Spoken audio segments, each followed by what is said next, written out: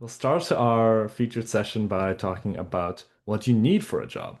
Talk about work eligibility, as in what you need to be allowed and authorized to work in the United States as an F1 or J1 visa holder. Then we'll talk about documents. Some common documents you run into are the resume and cover letter for applying for a job, and then the social security number, which we'll talk about more later. Then we'll talk about how do you find a job. We have job search platforms, then we have different some job search platforms that we have at the university, and we'll give a quick live demo on how to navigate them. And then we'll close off with some additional tips and some final takeaways from our end. So, without any further ado, get to it. And as a reminder, there's us. Hi guys, if you are joining us for your first ever featured session, welcome. If you've been with us the whole time, then we're very familiar to you. But as a reminder, I'm Marian. I am the Assistant Director for Undergraduate Programs at Circle. I am very excited that you're coming to the end of this RCG program, and that this is one of the sessions that I know people are excited about because this is what you're all trying to get towards, right? Is finding jobs and working towards your career. So welcome. Looking forward to talking to you about this. And well, like Marion said, if this is your first featured session, this will be your first time seeing me. Otherwise, you're already familiar with me. I'm the student event manager, rising senior. And yeah, like Marion, I can't believe we're already towards the end of our RCG program. We really hope you got a lot from this. And I can't wait to see all of you at IWP, our International Welcome Programs. So, like I've been saying nonstop, sorry, I'm getting all sentimental, but yes, this is our final featured session. Right at the end, all we have left this week are core session number 5, our final weekend activity, and then RCG closing this weekend. I know, Thomas. I know, so sad. So let's get straight into it. Um, we'll talk about what you need, work eligibility and authorization, but before we do, a big disclaimer. All information related to CPT and off-campus work eligibility must be confirmed with ISS. That's the International Student Services. They handle your visa compliance and make sure that everything you're doing is within government regulations. And so any information presented in this session is based on the ISS webpage. And like we said, you should confirm these things with ISS as you go through these processes. They will be your best friend in this journey.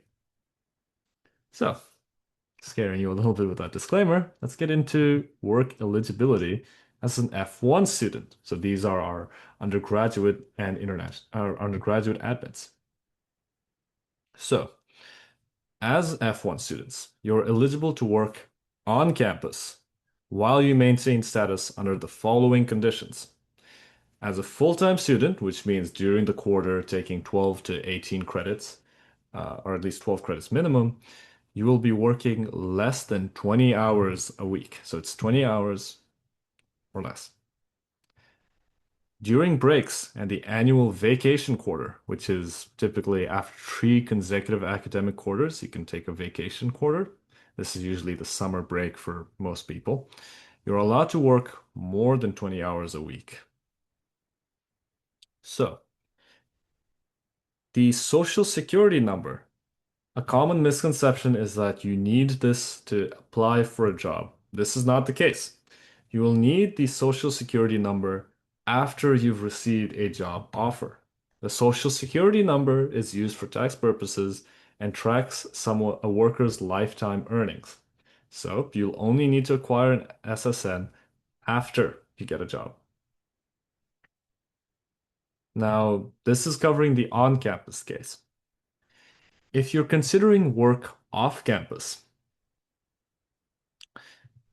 you will need a curricular practical training authorization, which we always abbreviate to CPT.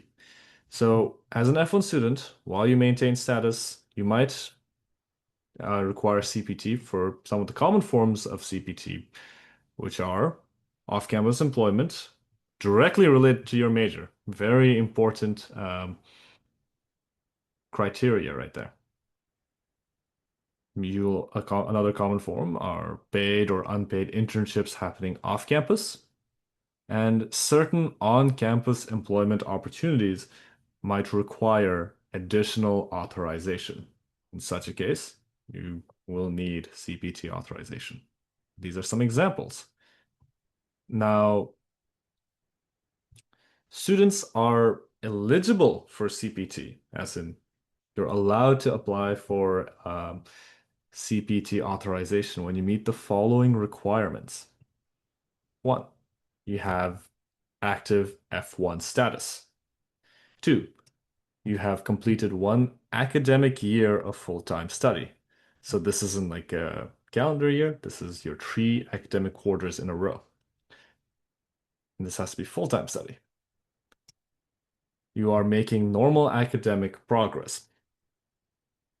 You have obtained a job or internship offer letter by the time that you request CPT. So you'll need to get the job or offer letter first.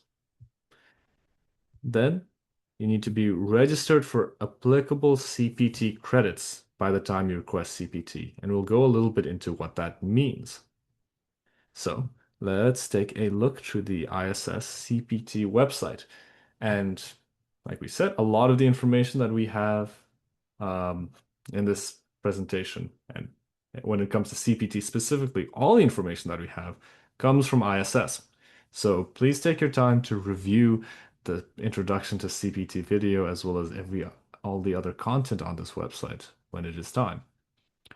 What we'll look at right now is the application steps. So CPT credits, the best way to explain this is that programs and departments at the UW have a credit system for internship experiences.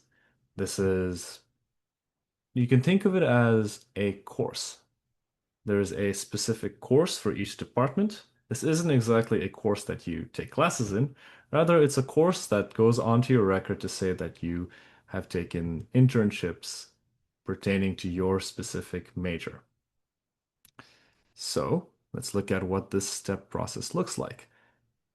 Step 1, for applying for CPT, you speak to your academic advisor or department. Discuss with them to figure out whether this work is related to your major, whether you meet the departmental requirements to participate in CPT, whether you need to enroll in credit for the CPT, and if so, which course is most appropriate, and who in that department will be your academic department approver for your CPT application. We cannot answer any of these questions for you. Your college experience will be very different, and the department you'll be working with will be very different per person. But keep these steps in mind. Once you've spoken to your academic advisor, you'll need to register for CPT credit. Now, as we said, this must happen before you submit your CPT request to ISS. Your CPT cannot be approved by ISS until you are registered for the appropriate credit. And so you have to make sure that you and your academic department approver are on the same page. So some programs will require CPT experiences and do not require coursework. So if this is the case, you will need to work with your academic department approver to indicate this. So you're seeing a common theme here. Communication is critical. You need to be speaking with your academic department approver. You need to be speaking with ISS, make sure everyone's on the same page. Then you submit your CPT request and you're keeping track. If at any point during these steps you feel stuck or you're not sure what to do, reach out to ISS. They can just help you figure out what you need exactly and what you should be doing. And so here is a list of items that you need to complete your CPT request. So your job offer letter, and this offer letter must contain the following details. And so what happens if your offer letter doesn't really contain these details? Well, again, communication is critical. Go back to your employer or your hiring manager and ask them if you can work with them to get a job offer letter that'll help you meet all of these marks.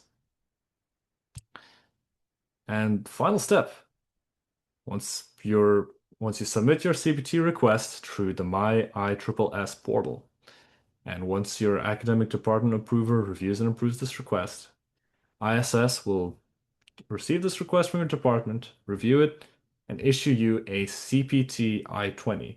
This is like a sort of upgraded Form I-20, which includes your CPT work authorization, which means once you have the CPT work authorization, you are eligible for work off campus, whether that's your internship or a job that you have. As always, keep consistent communication with ISS. We want to make sure that if there's any specific case pertaining to your situation, or if for whatever reason something changes, everyone is on board and ready. All right? So that's on the F1 case. Now, let's think about J1 students, our wonderful exchange students who are joining us from all around the world. So, J1 students can work on campus so long as they meet the following conditions. One, you apply for on-campus work authorization through My ISSS prior to starting employment. Now, this happens after you get an on-campus job offer letter and before you start your job. You will need to apply for on-campus work authorization through My ISSS. Next, like F1 students, you will need to be a full-time student during the quarter you're working, and you'll be working less than 20 hours per week. Similarly, during breaks and the annual vacation quarter, yes, you may work more than 20 hours per week. And you maintain your J1 status. This means that you're taking your classes, if ISS tells you you need to submit some document, you're making sure to get on that. And of course, on-campus employment authorization is canceled when you graduate or complete an exchange program, or if you fail to maintain your J1 status, or if you transfer to another school. So keep those in mind. Now, when it comes to working off campus as J1 students, we cannot give you a conclusive answer right now. The reason being that while you also require additional authorization, ISS is currently working on updating the revised guidelines to reflect recent policy changes. So their website will be linked in the chat. So if you are a J1 student interested in off-campus work, we recommend that you check the ISS website regularly for accurate information. They're reviewing policy changes and they're making sure their website is appropriately updated to reflect that. So, spent quite a bit talking about what makes you eligible to work or what makes you permitted to work on campus or off campus for F1 or J1 students. And so we mentioned this earlier, but a common word that all of you might have heard of are the Social Security number or SSN. Now, the SSN is an identification number that tracks a worker's lifetime earnings. So all the money you make throughout your life. You get one SSN, that's just attached to you and it's good for life. Now, again, as we said towards the beginning, the SSN is issued after you get your job offer. You do not need an SSN to apply for a job. So we'll talk about some general guidelines, a general structure of what the steps look like to getting an SSN. And we'll use the on-campus example since it'll be more applicable and we can talk about it for both F1 and J1 students joining us today. So, to get an SSN, using an on-campus job as an example, you'll follow the following steps. 1. You complete your ISS new student checklist or your new student check-in. This is required to be completed, I believe, before the start of classes. That's September 30th, before September 30th. Then you receive an on-campus job offer from your manager. This will come as an official signed letter. If you're an F1 student, you will need to go to your My ISSS portal to request what we call an SSN support letter. You will need this letter for when you apply for a social security number. For J1 students, you'll need to request your on-campus work authorization from ISS, like the SSN support letter, through your My ISSS. Now, this is the same on-campus work authorization that you're requesting from ISS that we talked about earlier for allowing you to be eligible for on-campus work. Once you have your on-campus job offer letter and either your SSN support letter or your on-campus work authorization from ISS, you'll need to apply for an SSN appointment online. So once you get these two letters, that's your piece with ISS, and now you're going to move on to work with the Social Security Administration. You'll go to their website and you'll fill out an SSN appointment. Once you fill it out, you'll schedule an appointment, and you'll have to visit your local Social Security Administration office. And that's where you'll be able to go bring all your documents, and then if you if you get approved, you'll be given a Social Security number, and I believe it will be a card will be mailed to your address in about 2 to 3 weeks. So, to review the steps, you complete your checklist, you receive an on-campus job offer from your manager. All right. Then you'll have to get a letter from ISS, whether that's the SSN support letter or the on-campus work authorization letter. Up to that point, everything is being done in the university with ISS or with your employer, your hiring manager. After that, you'll be going to work through the Social Security Administration website to finish the online appointment and the online application. Then you'll visit the Social Security office. Now, once you have your appointment, you will need the following documents: a valid passport, the Form I-20 or your DS 2019, your Form I-94. This is your your entry document, which will be given at a port of entry. So typically, whichever airport you use to enter the United States. You'll need your original on-campus job offer letter, and you'll need either the original ISS SSN support letter from if you're an F1 student, or your on-campus work authorization letter if you're a J1 student. And then you will need the Form SS5 and confirmation of completion. The Form SS5 is the online SSN appointment application form. So you'll need to print that out and you'll need to bring that along with the confirmation of completion. So these steps just help you to kind of get a better idea of what makes you eligible to work on and off campus, as well as what the social security number is. And hopefully we managed to clear some myths that students had about what a social security number is and what that process looks like. Now I'll be handing it off to Marion to talk about, well, all right, so now you know about whether or not you can work. Where do you begin? Thank you, Sange. Okay, so now you guys have an idea of how you can work when you're here as a student. We're going to talk about getting started with that process. So let's move to the next slide, Sange, please. Okay, so in order to get this process started, you're going to need to know about cover letters and resumes. I know where a lot of you live, you're more familiar perhaps with a CV. Here in the United States, we typically use a resume. It's very similar, but it's a little bit more it's a little bit more targeted than a CV. You can learn about the differences. You can always Google the comparison to see what's different about a CV and a resume, but just keep that in mind. They're roughly the same thing. Most job applications are going to ask for you to submit both a resume and a cover letter here.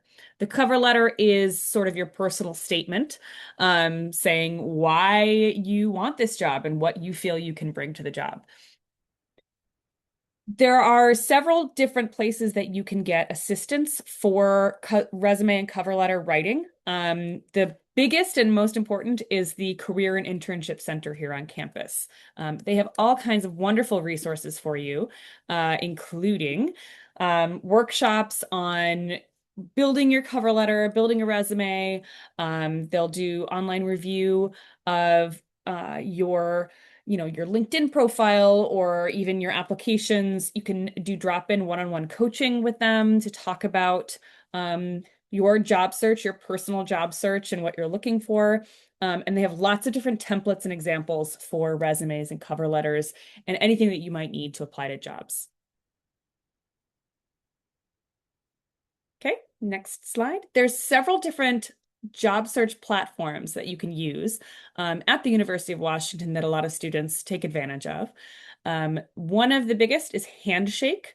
You can also find jobs posted directly through specific campus offices. Not everybody posts their jobs on the Handshake platform. You can also see jobs posted on LinkedIn or the platform called Interstride, which is specifically for international students. And that's not a UW specific one, that's a broader platform, but UW has a presence on it. Okay, so the first one, Handshake, like I said, this is the one where most jobs are posted at the University of Washington. UW partners with both local and global employers to post jobs on Handshake and also posts most of its internal positions on Handshake. You have access to it with your UW Net ID, so you can go in there and you can even poke around on it now if you want to look around and see what's available there. Circle posts its jobs on Handshake. I'm very familiar with it. We'll have Sange walk us through Handshake a little bit so you can see all the different ways you can search for a job and find the right fit for you. There's so many different listings on there and a lot of different ways to find something that will fit your interests and your skills. Thank you, Mary. So let's take a look. I have my Handshake opened up here. It's been a little bit since I've taken a look. So when you create your profile, you get to list out your major or your intended major, your class standing, as well as what you're interested in or the general fields you're interested in. I have interest in teaching, so I'm getting some job picks for elementary school teachers. So I see a lot of before and after school instruction. And you can see this is just sort of like, think of it as a professional For You page where they send out a list of jobs that you might be interested in. You can also filter down based on whether you're looking for part-time, full-time, remote work, or specific locations. You can also consider looking at classmates.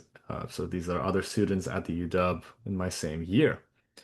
And you can look at upcoming employer events. These events, think of them as career fairs, but for specific employers. So if you're interested in working for a certain company like SMBC, for example, you should definitely sign up. This is a great opportunity to network, show your face, show your interest. And when you eventually apply for a job or an internship, it'll really take you farther if these employers know who you are and what you're interested in. Of course, we have UW collections. These are more specific campus student jobs, so on-campus work. And let's take a look. So on-campus jobs. Let's take a look at one of these just to get an example. Let's see this one. So undergraduate research assistant with the School of Nursing. So at a glance, the rate, very important for any job. The type of work, so on-site work in person, on campus, part-time, 8 hours a week, from September 16th to September 15th. It's about a year. US work authorization not required. It's an on-campus job, I'd assume then. So yes, you can learn more about the job description, what they're looking for. Wow, I don't match any qualifications. Great. It's probably not for me. Helpful to see. This isn't the end-all be-all, but it does mean a lot if it's a complete mismatch. And so you can learn more about the employer, it's the School of Nursing, and check out some similar jobs. And when it comes to actually applying, I'm not going to click it here, but you'll either be asked to submit the required materials on Handshake, or they'll take you to an external website where you can do the same. So, as you might assume, you can look for jobs based on whether you want to work part-time, full-time, remote, in person, and so on and so forth. And when you're looking for off-campus work through Handshake, just keep in mind that Handshake is for both international and domestic students. So when it says US work authorization required, you should do a follow-up to ask them more about that and get some additional support, especially when it comes to applying for your CPT authorization. Anyway, I'll hand the floor back to Marion. Thank you. And yes, I want to say don't worry too much about that meeting qualifications section on Handshake. It is the website pulls from your materials and kind of just determines using AI whether or not you meet the qualifications. But you should always read the job description very, very thoroughly. Things might be listed there that the website's missing when it's doing that AI pull. And I would say probably for the jobs that I post, I would say 95% of people don't officially meet the qualifications, but they meet the qualifications that I actually have when I read through their applications. So just don't use that as a determining factor about whether or not you should apply. Read the job description and then decide. So just a little note there. Okay, so let's see what's next. Campus offices. So, like I said, not everything gets posted to Handshake. The three biggest on-campus employers that we have are in the UW Student Life Division. HFS, Housing and Food Services, the Hub, that's our student union building, and Recreation, UW Recreation. So these three units, they post their own jobs. So you should always check for what's going on with them. There are a lot of different jobs that you can get through these places. You could be a student assistant in the dining halls or at one of the on-campus food stalls. We have, like a pizza place. We have all kinds of like a burger joint. We have all kinds of things on campus like that. You could work in the on-campus catering. You could work at the one of the on-campus coffee shops or in with a fitness center. There are so many different places to work on campus and always people looking for student employees. Not all of the on-campus jobs, like I said, are listed on Handshake. So let's go into the Career and Internship Center's resource on finding on-campus jobs and see what else they have. Sunday, can you walk us through this one? Of course. So, um, let's take a look. While CIC, the Career and Internship Center does here, Handshake is a great place to look through on-campus opportunities, and hundreds of roles are posted there. Now, while there isn't a central website, the CIC does a great job of just putting together a number of links that you can follow depending on what you're interested in. So let's see. I know Husky Athletics is a common employer. A lot of people like it, especially if you're into playing sports. Let's see. Student jobs. Very important. You want to take a look at these. Some of these. Oh, there. Oh, sorry. Just a little bit of latency. Aha. Few student jobs. So let's see. To apply, click on the contact name listed and send an email. Please prepare yourself by reading the job description prior to applying. Very important. You don't want to be out of the loop when it comes to that. And complete applications include a resume and additional letters of recommendation as desired. So, helpful time to reach out to your contacts. So, we've got, see, a number of positions you can open up to read the description, which I think. Oh, Can I add something really quick? As you guys yes. noticed, the digital design website, like, posters, every single unit, including departments, will need somebody to do that.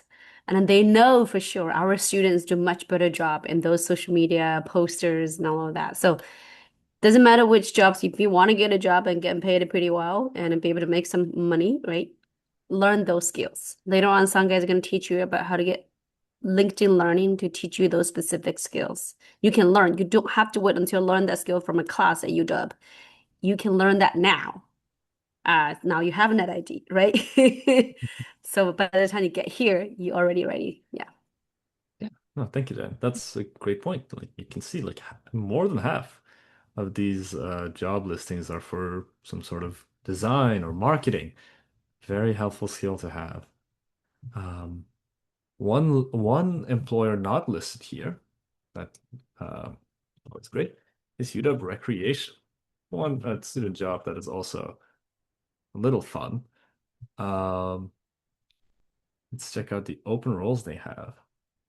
Oh, sorry, I forgot. They go back to Handshake. But look, they have jobs such as personal trainer. So if any of you are particularly into fitness, great jobs to consider.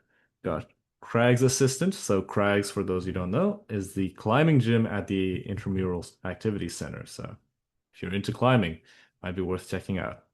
Got lifeguard, first aid. So yes, a number of on-campus jobs that could be made to tailor whatever you want your college experience to be like. Back to Thank Mary. you.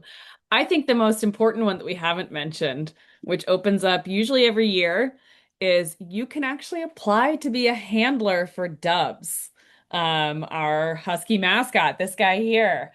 It's very competitive, obviously, and they do have a lot of skill requirements, so you'd have to, check it out. But it's a very exciting one opportunity for students, and keep an eye out for it because I'm desperate to know a student who gets to hang out with Dubs all the time. Okay, let's go to the next one. So, LinkedIn.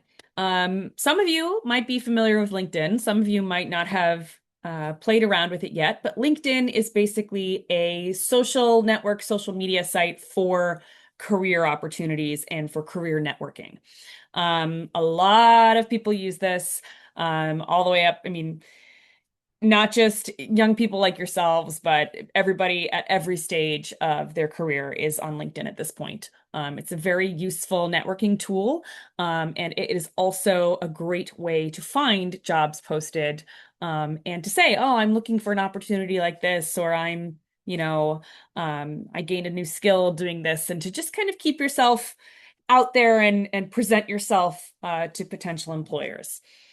You can also follow your friends and comment on their activities. You can share your work and maybe you are part of a research symposium and you can share your poster on LinkedIn, or you can point to a website that you built, or all kinds of things like that on your LinkedIn profile. You have access to some great tutorials through the Career and Internship Center. They will walk you through how to set up your LinkedIn profile and teach you the best ways to get started there. Through UW, you also have access to getting a professional headshot. So you have something to put on your LinkedIn profile that isn't a, selfie. We don't want any mirror selfies on LinkedIn. You don't want yourself, posing with a group of friends. You want something presentable for your employers to look at and say, this is a professional student who I want to hire. You also have access to something called LinkedIn Learning with your UW-Net ID. And this is an online training platform that has all kinds of different courses to help you build skills. Dan was talking about this. You can learn the things that you need to learn to apply for jobs or to improve at a job, partly using this. They have tutorials, they have webinars, they have resources on LinkedIn, and you get access to all of that. You can also gain certifications that way. We can look at that together with Sange as well, but let's just take a quick look at at LinkedIn. Thank you, Marion. So, I feel a little bit put on the spot by sharing my personal LinkedIn. Yes, so LinkedIn, like Marion said, it's kind of like a social network, but professional. So you can follow different people. You might recognize some of these people already on the recommended list. And you'll see updates and posts by different employers like Boeing or Connections. When you, whether it's people you know, either in real life or people you're trying to reach out to, and connect to them, and then you can follow their posts like here. So great. This is a great feed. It's also nice because you can keep track of what other people are doing in your connections. And as the famous adage goes, your network is your net worth. Of course, sharing achievements isn't the only thing you can do with LinkedIn. You can also start looking for jobs. So let's go to jobs. And like Handshake, you'll be updating your profile and they'll give you a list of jobs that match your profile. It makes sense that I'm given a strategy and operations project internship, considering that I work as an event manager at on campus. And then there's some more things more related to my major, like actuarial sciences and so on. So this is just an example. And as you apply for jobs, you can use the job tracker to keep track of your ongoing applications. No, I don't have anything going on, at least not recently. I like to keep things cleared every now and then. On the other hand, another facet of LinkedIn is LinkedIn Learning. Now, it'll look a little differently for you. Don't worry about this part. I'm on my personal LinkedIn, which is not connected to my UW-Net ID, so I don't have access to LinkedIn Learning. But like Dan and Marion said, you can find all sorts of relevant courses or maybe courses for jobs that you want to apply for. On this end, we have topics. These are usually catered based on an algorithm and what you fed into your profile, but you don't have to follow this. You can go into search to look for a specific course that you're interested in, statistics, cybersecurity, or maybe design or marketing. You can also get on to hands-on courses for tech.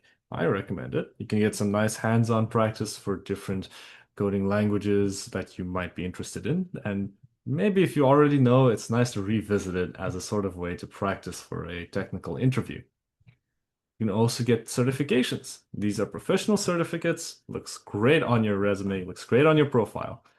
Can't get a professional certificate for everything, but you can also, for those that you can't, you can prepare for them.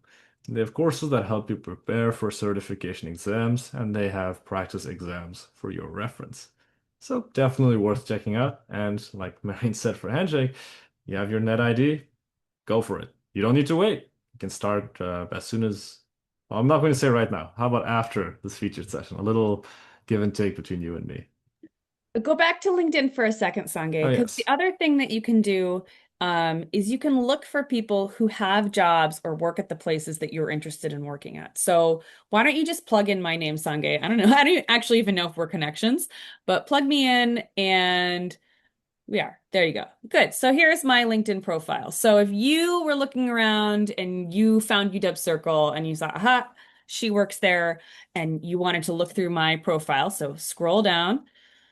Keep scrolling, and you can see basically my experience, my resume, my history of work. And you can say, oh, she used to work at the Jackson School of International Studies. I'm really interested in that.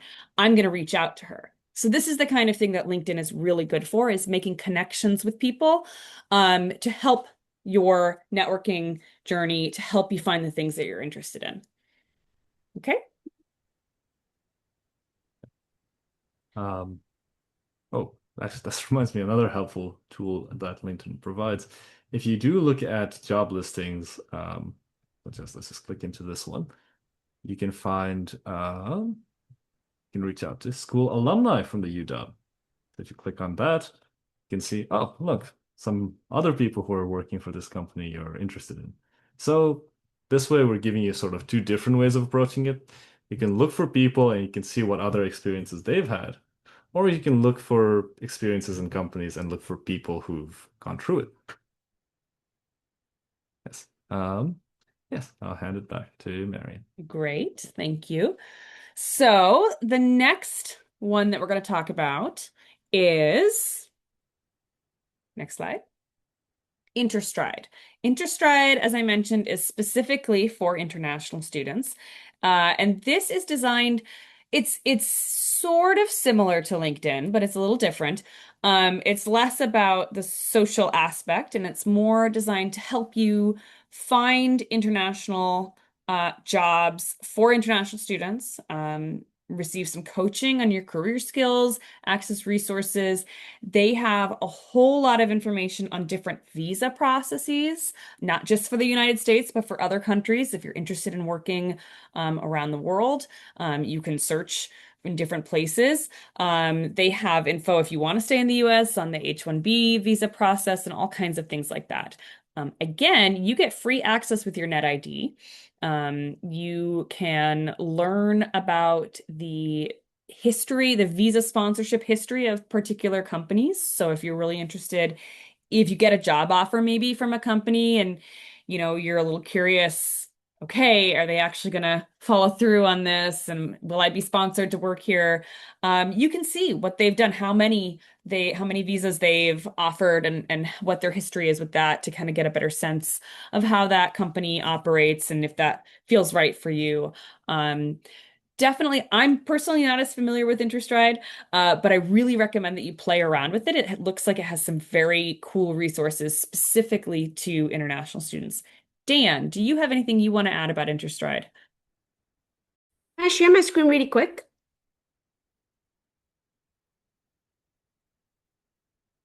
This is just an example that I'm also on interest, right? Okay. So I sent you a link in the chat. So that's essentially where you can go into. If you go back, once you get started, it has a little bit of a, guide you through. So there's a little bit of a quick tour how to use this, right? You start by take the tour once you're in. You take the tour. This you press here. This is where you explore opportunities tailored to your background and goals. Like I said, it doesn't only offer jobs in the US because not everybody actually wants to work in the US, right? They also have opportunities that's in Singapore, that's in Australia.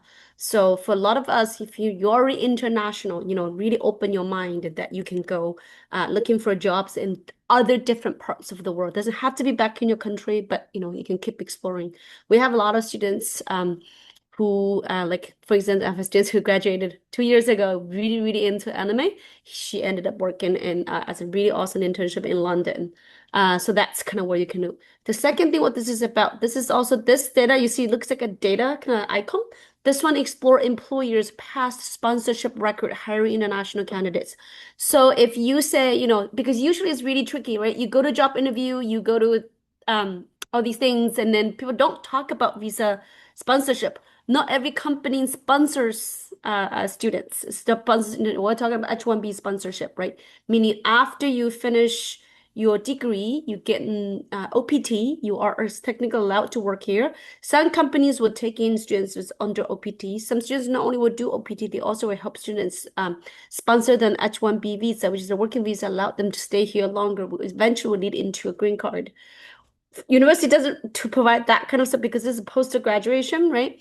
But this company, this website, this data will show you, okay, Google last year sponsored these many visas for international candidates. So it has the year of data. It also has the companies. So, kind of avoid a lot of the awkward conversation. You can find that data from here. You can also compare previous years versus this year, how many of the numbers has changed to help you make informed decision.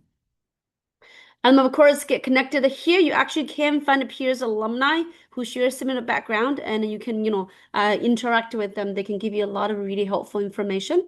Uh, as you can see, this is where you can build your profile and everything.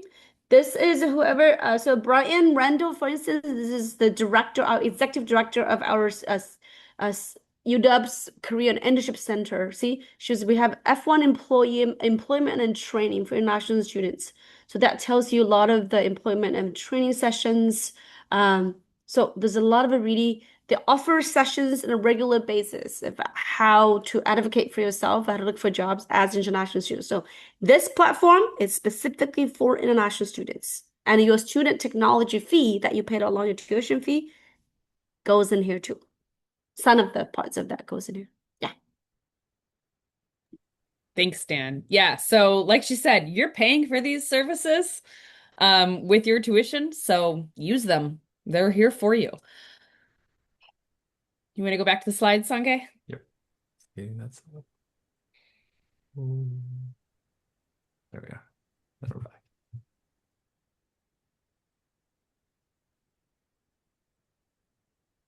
There we go. So next, some additional tips for you as you are looking for jobs on campus and off campus. I just said, use these resources. These are here for you. Everything that we're telling you about, these are designed for you to help you in your career search and your job search, okay? use the Career and Internship Center. They have so many different resources for you. They have all kinds of workshops. They host career fairs. Like I said before, they'll do resume review with you. They'll work through your cover letters with you. You can do mock interviews with them. There's even a place on campus, I believe, if you have an interview and you don't have interview appropriate clothing, you can borrow clothing. If you need to like dress in a suit or dress really nicely for it, there's professional clothing you can borrow. There's all kinds of ways to help you prepare for interviews and for this job search process. It's called a career closet. Career closet. Okay. Yeah. So if you know you have an interview coming up, you don't have money to buy a suit, you can go rent it, like borrow it and return If it. you need it, you don't not this Seattle is very casual. I want to be really clear about that. I came from the East Coast where the work culture is much less casual and people tend to dress up a little bit more for school and for work. And so I came to Seattle and was kind of like, oh, whoa, everybody's really chill here. So you don't necessarily have to be in a suit for everything, but it's always nice to look your best for an interview. So it's a good resource on campus. It's really important, and I say this as somebody who reads a lot of job applications. Really, really, really important to tailor your applications to the job description and the job that you are applying for. I cannot tell you how many students don't do this, and it kind of automatically disqualifies you when you don't put that effort in to show this is the job that I'm applying for, and here's where my skills and my experience match or, make me a good fit for this. I will actually see a lot of students will just put out one cover letter, one resume, and they just send it to every open job that they can find. And I can tell, oh, this doesn't match my position at all. I don't want to hire this student because they didn't even read the job description, right? So always read through the job description. These coaching sessions that you go to with the Career and Internship Center, they'll help you with this, but it's a really good practice to kind of go through and highlight what it really is that they're looking for and then work towards these key things that I know they want. I have experience to do that, or I have the skills to do that, or I'm working towards those skills. Um, Make sure that you are showing in your application that you are the right fit. And also show what you are excited to get out of the job. There's two sides to it. You want them to know that you have the skills to bring something, but that you are also excited to learn from them as a student employee. If you're not ready to work yet, that's fine. There's no pressure for you to be working right away, especially as a first year student. You are here to learn. You are here to adjust to university life. So exactly, Thomas. Thank you for the emojis. You do not need to feel pressure to get a job right away. I understand that for some of you, finances are an issue, so you might want to be working right away.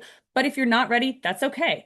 A great way to start building your skills and to start making connections on campus is to volunteer. This is a really easy way to boost your resume, to kind of, if you feel like, well, I don't really have a lot of things that I can showcase, you can kind of fill your resume by adding other experiences that are relevant, right? There's a lot of things you can learn, a lot of experience you can get from other places, from clubs, from volunteering, from other extracurricular activities that you do that are really helpful. So think about that as an additional opportunity. All right. And finally, I'll kick it back to Sange for our key takeaways today. Thank you, Marion. So, thank you all for joining us for feature number 6. Quick takeaways. First and foremost, ISS is your resource for work authorization, eligibility, and regulation. The Career and Internship Center is the best resource for job search and preparation. What we mean? We have so many resources from headshots, resume reviews, drop-in coaching, and much, much more. We highly recommend you check out their website to get a full list of all of the services that they provide. And of course, start early and keep on trying. Job search takes time and takes effort. And remember that success is the product of incremental effort. It's not instantaneous, it takes time and it takes effort.